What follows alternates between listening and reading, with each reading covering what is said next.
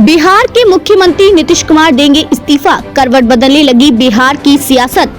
क्या सीएम नीतीश बनेंगे मोदी कैबिनेट का हिस्सा? आखिर क्या है नीतीश के पीएम मोदी से मुलाकात के मायने? कौन होगा बिहार का अगला सीएम? मंथन तेज।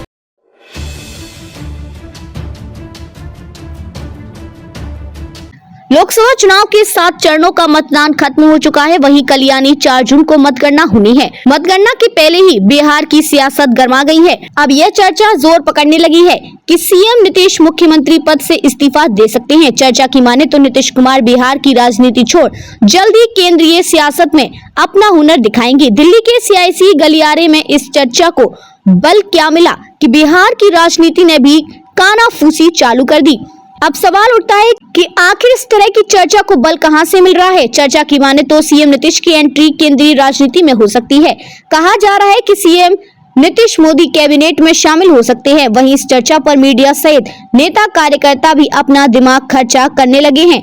कहा यह जा रहा है कि इस चर्चा को अगर आधार मिला तो बिहार की सियासत में भारी बवाल मच सकता है। सीएम नीतीश के पद छोड़ने की चर्चा आखिर अचानक क्यों तेज हो गई है? दिल्ली जाते ही आखिर ऐसा क्या हुआ कि इन सारी बातों से संबंधित खुसफुसाहट तेज हो गई है? बता दें कि एक और बात का जिक्र किया जा रहा है कि ललन सिंह को एक बार फिर जदयू का राष्ट्रीय अध्यक्ष बनाया जा सकता है। पीएम से मुलाकात, अमित शाह से बात। बता दें कि सीएम नीतीश फिलहाल दिल्ली दौरे पर हैं। सीएम नीतीश बीते दिन अपने निजी कारणों से दिल्ली गए हैं, लेकिन आज सुबह सीएम नीतीश ने पीएम मोदी के साथ मुलाकात भी की है। वहीं शाम 4 बजे सीएम नीतीश केंद्रीय मंत्री अमित शाह से भी मुलाकात करेंगे। ऐसे में चर्चाओं का बाजार गर्म है। मालूम हो कि चुनाव प्रचार के दौरान नेता प्रतिपक्ष तेजस्वी यादव ने दावा किया था कि 4 जून के बाद सीएम नीतीश कोई बड़ा फैसला ले सकते हैं। तेजस्वी यादव ने कहा था कि सीएम अपनी पार्टी को बचाने के लिए कोई फैसला लेंगे। हालांकि वो फैसला क्या होगा अब भी यह पहेली बना हुआ है।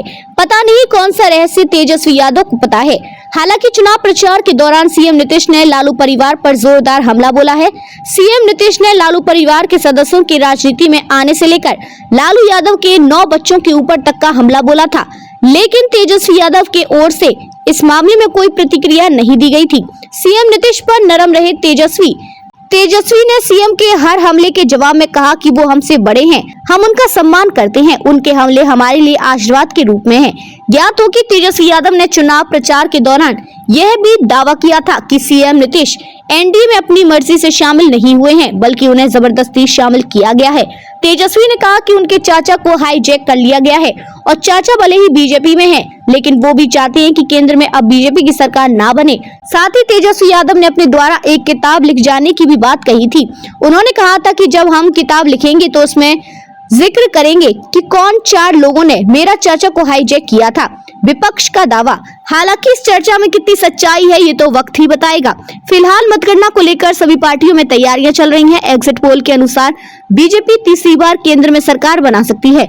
वहीं दूसरी ओर विपक्ष एग्जिट पोल को खारिज कर इंडिया गठबंधन की सरकार बनाए जाने की दावा कर रहा है। विपक्ष का दावा है कि उन्हें 295 से ज्यादा सीटें मिलेंगी। Bureau report, India news, viral Bihar Jharkhand.